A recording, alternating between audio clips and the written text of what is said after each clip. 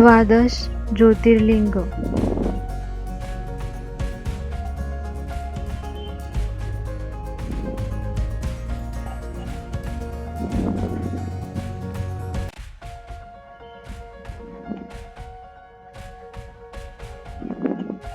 ये द्वादश ज्योतिर्लिंग है।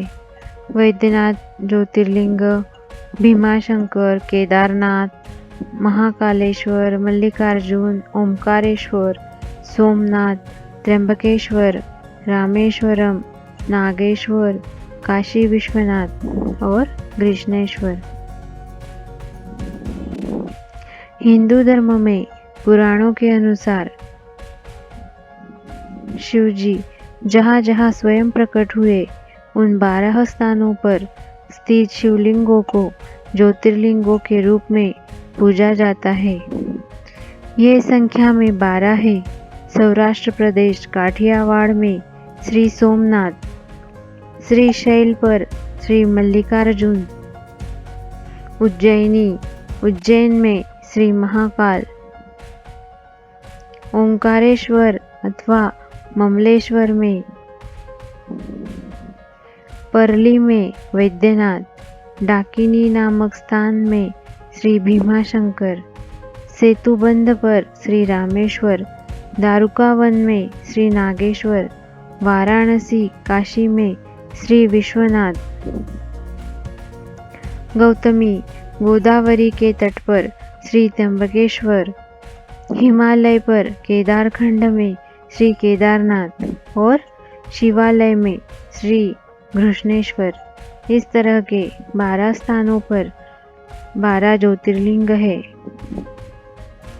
श्री सोमनाथ प्राचीन हिंदू ग्रंथों के अनुसार बताए कथानक के अनुसार सोम अर्थात चंद्र ने दक्ष प्रजापति राजा की 27 कन्याओं से विवाह किया था, लेकिन उनमें से रोहिणी नामक अपनी पत्नी को अधिक प्यार व सम्मान दिया करते थे।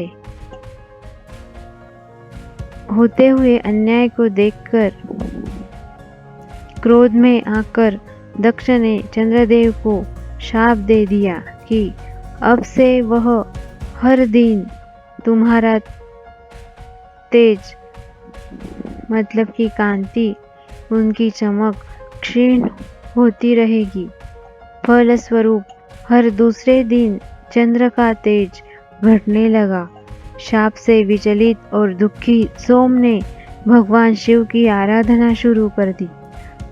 अंततः शिव प्रसन्न हुए और सोम मतलब चंद्र के शाप का निवारण किया। सोम के कष्ट को हल करने वाले प्रभु शिव का स्थापन यहाँ करवाकर उनका नामकरण हुआ सोमनाथ। ऐसी मान्यता है कि श्री कृष्ण भालुका तीर्थ पर विश्राम कर रहे थे, तभी शिकारी ने उनके पैर के तलुए में पद्म चिन्ह को हिरण की आंख जानकर अनजाने में तीर मारा था। तभी कृष्ण ने देह त्याग कर यहीं से वैकुंठ गमन किया। इस स्थान पर बड़ा ही सुंदर कृष्ण मंदिर बना हुआ है। मल्लिकार्जुन आंध्र प्रदेश के कृष्णा जिले में कृष्णा नदी के तट पर श्री शैल पर्वत पर श्री मल्लिकार्जुन विराजमान है। इसे दक्षिण का कैलाश कहते हैं। अनेक धर्म ग्रंथों में इस स्थान की महिमा बताई गई है। महाभारत के अनुसार श्री शैल पर्वत पर भगवान शिव का पूजन करने से अश्वमेध यज्ञ करने का फल प्राप्त होता है। कुछ ग्रंथों में तो यहाँ तक लिखा है कि श्री शैल के शिखर के दर्शन मात्र करने से दर्शकों के सभी प्रकार के कष्ट दूर भाग जाते हैं, उसे अनंत सुखों की प्राप्ति होती है और आवागमन के चक्कर से मुक्त हो जाता है। महाकालेश्वर मंदिर भारत के 12 ज्योतिर्लिंगों में से एक है। यह मध्य प्रदेश राज्य के उज्जैन नगर में स्थित है। महाकालेश्वर भगवान का प्रमुख मंदिर है। पुराणों, महाभारत और कालिदास जैसे महाकवियों की रचनाओं में इस मंदिर का मनोहर वर्णन मिलता है। स्वयंभू और दक्षिणमुखी होने के कारण महाकालेश्वर महादेव की अत्यंत पुण्यदायी महत्ता है। इसके दर्शन मात्र से ही मोक्ष की प्राप्ति हो जाती है, ऐसी मान्यता है। महाकवि कालिदास ने मेघदूत में उज्जैनी की चर्चा करते हुए कहा, मंदिर की प्रशंसा की है। 1235 ईस्वी सन में इल्तुतमिश के द्वारा इस प्राचीन मंदिर का विध्वंस किए जाने के बाद से यहाँ जो भी शासक रहे, उन्होंने इस मंदिर के जीर्णोद्धार और सौंदर्यीकरण के और विशेष ध्यान दिया। इसीलिए मंदिर अपने वर्तमान स्वरूप को प्राप्त कर सका है। प्रतिवर्ष और सिंहस्थ के पूर्व इस मंदिर को सुसज्जित किया जाता है। ओमकारेश्वर एक हिंदू मंदिर है। यह मध्य प्रदेश के खंडवा जिले में स्थित है। यह नर्मदा नदी के बीच मंधाता या शिवपुरी नामक द्वीप पर स्थित है। यह भगवान शिव के 12 ज्योतिर्लिंगों में से एक है।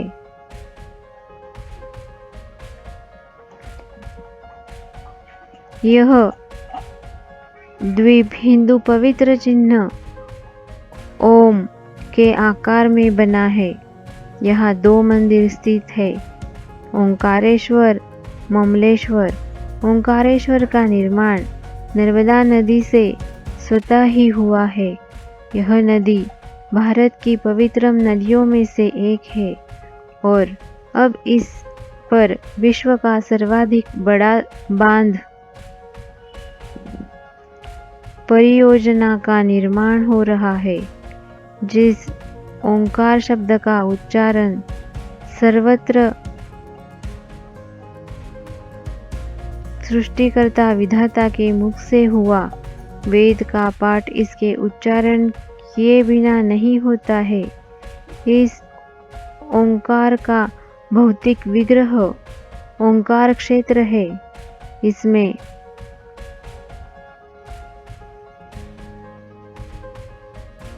अड़सठ तीर्थ है। यहाँ 33 कोटि देवता परिवार सहित निवास करते हैं तथा 2 ज्योतिस्वरूप लिंगों सहित 108 प्रभावशाली शिवलिंग है। मध्य प्रदेश में देश के प्रसिद्ध 12 ज्योतिर्लिंगों में से 2 ज्योतिर्लिंग विराजमान है। एक उज्जैन में महाकाल के रूप में और दूसरा ओंकारेश्वर में। ओंकारेश्वर ममलेश्वर के रूप में विराजमान है। केदारनाथ। केदारनाथ हिमालय पर्वतमाला में बसा भारत के उत्तराखंड राज्य का एक कस्बा है। यह रुद्रप्रयाग की एक नगर पंचायत है। यह हिंदू धर्म के अनुयायियों के लिए पवित्र स्थान है। यहाँ स्थित केदारनाथ मंदिर का शिवलिंग 12 ज्योतिर्लिंगों में से एक है और हिंदू धर्म के उत्तरांचल के 4 धाम और पंच केदार में गिना जाता है। श्री केदारनाथ का मंदिर 3593 मीटर की ऊंचाई पर बना हुआ एक भव्य एवं विशाल मंदिर है।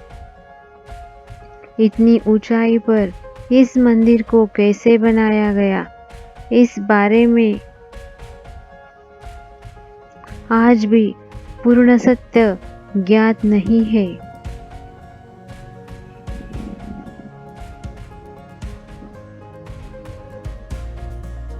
संगम में शासन करने वाले राजा केदार के नाम पर इस स्थान का नाम केदार पड़ा। राजा केदार ने 7 महाद्वीपों पर शासन और वे एक बहुत पुण्यात्मा राजा थे।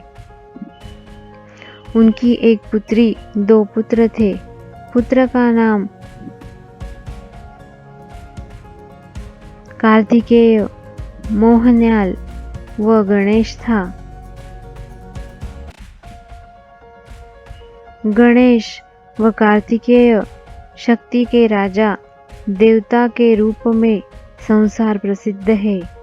उनकी एक पुत्री थी रुंदा, जो देवी लक्ष्मी की एक आंशिक अवतार थी। रुंदा ने 60,000 वर्षों तक तपस्या की थी। रुंदा के नाम पर ही इस स्थान को वृंदावन भी कहा जाता है। भीमाशंकर। भीमशंकर महादेव काशीपुर में भगवान शिव का प्रसिद्ध मंदिर और तीर्थ स्थान है। यहाँ का शिवलिंग काफी मोटा है, जिसके कारण इन्हें मोटेश्वर महादेव भी कहा जाता है। पुराणों में भी इसका वर्णन मिलता है। आसाम में शिव के 12 ज्योतिर्लिंगों में एक भीम शंकर महादेव का मंदिर है। काशीपुर के मंदिर का उन्हीं का रूप बताया जाता है। भीमशंकर ज्योतिर्लिंग का वर्णन शिव पुराण में मिलता है। शिव पुराण में कहा गया है कि पुराने समय में कुंभकर्ण का पुत्र भीम नाम का एक राक्षस था। उसका जन्म ठीक उसके पिता के मृत्यु के बाद हुआ था।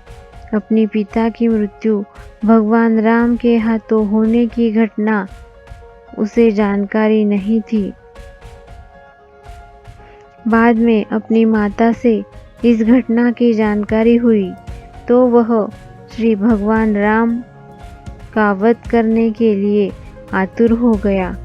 अपने उद्देश्य को पूरा करने के लिए उसने अनेक वर्षों तक कठोर तपस्या की, जिससे प्रसन्न होकर उसे ब्रह्मा जी ने विजयी होने का वरदान दिया। वरदान पाने के बाद राक्षस निरंकुश हो गया। उससे मनुष्यों के साथ साथ देवी देवता भी भयभीत रहने लगे। धीरे धीरे सभी जगह उसके आतंक की चर्चा होने लगी। युद्ध में उसने देवताओं को भी परास्त करना प्रारंभ कर दिया। उसने सभी तरह के पूजा पाठ बंद करवा दिए। अत्यंत परेशान होने के बाद सभी देव भगवान शिव की शरण में गए। भगवान शिव ने सभी को आश्वासन दिलाया कि वे इसका उपाय निकालेंगे। भगवान शिव ने राक्षस तानाशाह भीम से युद्ध करने की ठानी। लड़ाई में भगवान शिव ने दुष्ट राक्षस को राख कर दिया और इस तरह अत्याचार की कहानी का अंत हुआ। भगवान शिव से सभी देवों ने आग्रह किया कि वे इसी स्थान पर शिवलिंग रूप में विराजित हो। उनकी इस प्रार्थना को भगवान शिव ने स्वीकार किया और वे भीमाशंकर ज्योतिर्लिंग के रूप में आज भी यहाँ विराजित है। काशी विश्वनाथ मंदिर। काशी विश्वनाथ मंदिर भी 12 ज्योतिर्लिंगों में से एक है। ज्ञानव्यापी मस्जिद ही असल काशी विश्वनाथ मंदिर है, ऐसा दावा किया जाता है। यह मंदिर पिछले कई हजारों वर्षों से वाराणसी में स्थित है। काशी विश्वनाथ मंदिर का एक विशिष्ट स्थान है। ऐसा माना जाता है कि एक बार इस मंदिर के दर्शन करने और पवित्र गंगा में स्नान कर लेने से मोक्ष की प्राप्ति होती है। इस मंदिर में दर्शन करने के लिए आदि शंकराचार्य, संत एकनाथ, रामकृष्ण परमहंस, स्वामी विवेकानंद, महर्षि दयानंद, गोस्वामी तुलसीदास सभी का आगमन हुआ है। यहीं पर संत एकनाथ जी ने वारकरी संप्रदायक महान ग्रंथ श्री एकनाथी भागवत लिखकर पूरा किया और काशी नरेश तथा विद्वत जनों द्वारा उस ग्रंथ की हाथी पर से शोभा यात्रा खूब धूमधाम से निकाली गई। महाशिवरात्रि की मध्य रात्रि में प्रमुख मंदिरों से भव्य शोभा यात्रा ढोल नगाड़े इत्यादि के साथ बाबा विश्वनाथ जी के मंदिर तक जाती है।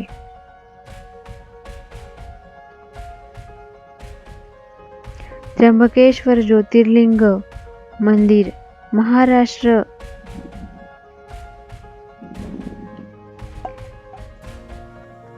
राज्य के नासिक जिले में त्र्यंबक गांव में है। यहाँ के निकटवर्ती ब्रह्मगिरी नामक पर्वत से गोदावरी नदी का उद्गम है। इन्हीं पुण्यतोया गोदावरी के उद्गम स्थान में समीप स्थित त्र्यंबकेश्वर भगवान की भी बड़ी महिमा है। गौतम ऋषि तथा गोदावरी के प्रार्थनानुसार भगवान शिव इस स्थान में वास करने की कृपा की और त्र्यंबकेश्वर नाम से विख्यात हुए। मंदिर के अंदर एक छोटे से गड्ढे में 3 छोटे छोटे लिंग हैं। ब्रह्मा, विष्णु और शिव इन तीनों देवों के प्रतीक माने जाते हैं। शिव पुराण के अनुसार ब्रह्मगिरी पर्वत के ऊपर जाने के लिए चौड़ी चौड़ी 700 सीढ़ियां बनी हुई है। इन सीढ़ियों पर चढ़ने के बाद रामकुंड और लक्ष्मण कुंड मिलते हैं और शिखर के ऊपर पहुंचने पर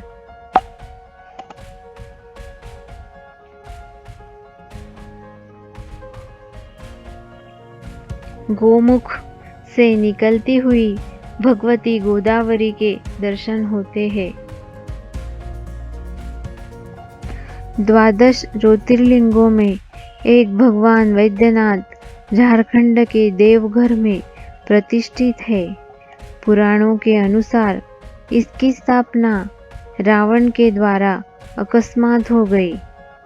रावण भगवान शिव को शिवलिंग के रूप में लंका में स्थापित करने के लिए ले जा रहा था, किंतु मार्ग में परलिवई मेरु पर्वत पृथ्वी पर रख देने के कारण भगवान शिव स्वयंभू शिवलिंग के रूप में वही प्रतिष्ठित हो गए।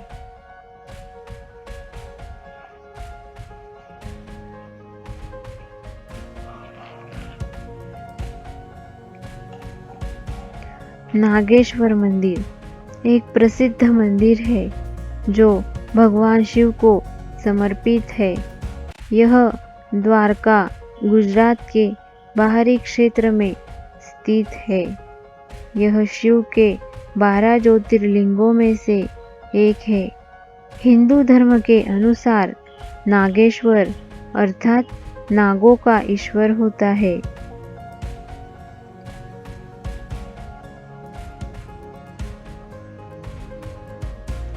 यह विष आदि से बचाव का सांकेतिक भी है। रुद्र संहिता में इन भगवान को दारुका वने नागेशम कहा गया है। भगवान शिव का यह प्रसिद्ध ज्योतिर्लिंग गुजरात प्रांत में द्वारकापुरी से लगभग 17 मील की दूरी पर स्थित है।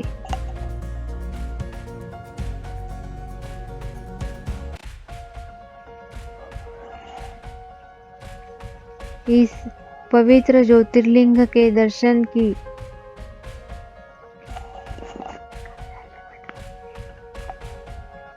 शास्त्रों में बड़ी महिमा बताई गई है। कहा गया है कि जो श्रद्धापूर्वक इसकी उत्पत्ति और महात्म्य की कथा सुनेगा वह सारे पापों से छुटकारा पाकर समस्त सुखों का भोग करता हुआ अंत में भगवान शिव के परम पवित्र दिव्य धाम को प्राप्त होगा।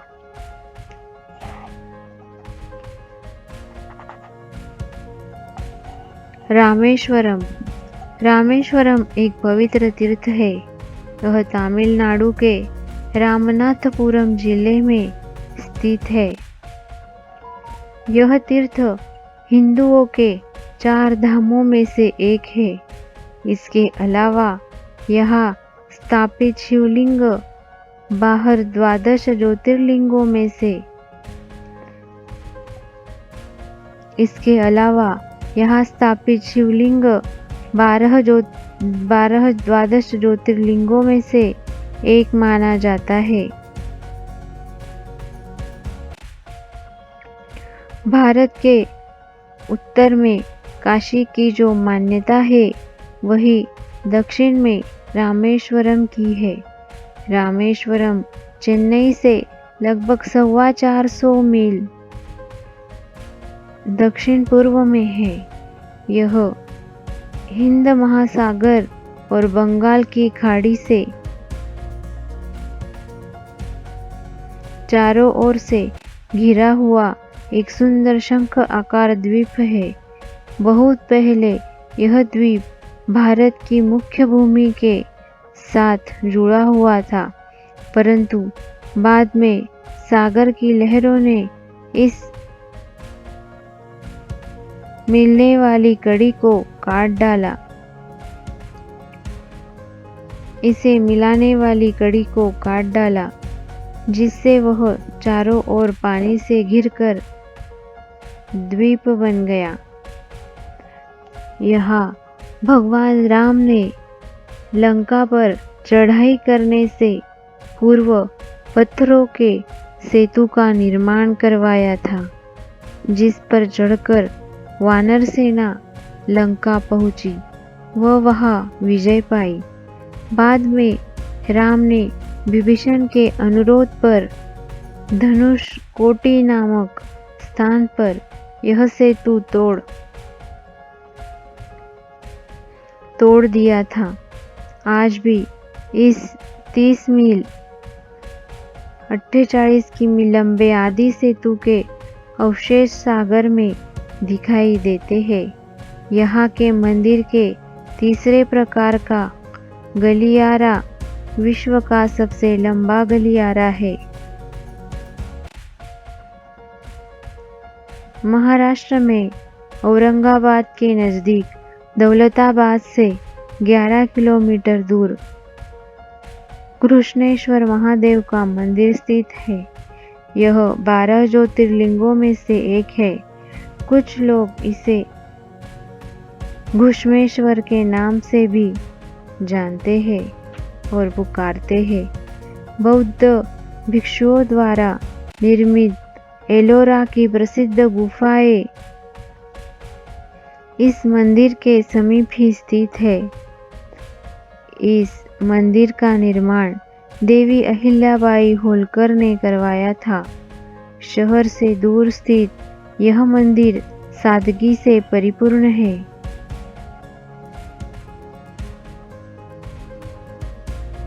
द्वादश मंदिर सादगी से परिपूर्ण है। द्वादश ज्योतिर्लिंगों में यह अंतिम ज्योतिर्लिंग है। इसे घुष्मेश्वर, गुहस्रुणेश्वर या घृष्णेश्वर भी कहा जाता है। यह महाराष्ट्र प्रदेश में दौलताबाद से 12 मील दूर वेरुड़ गांव के पास स्थित है।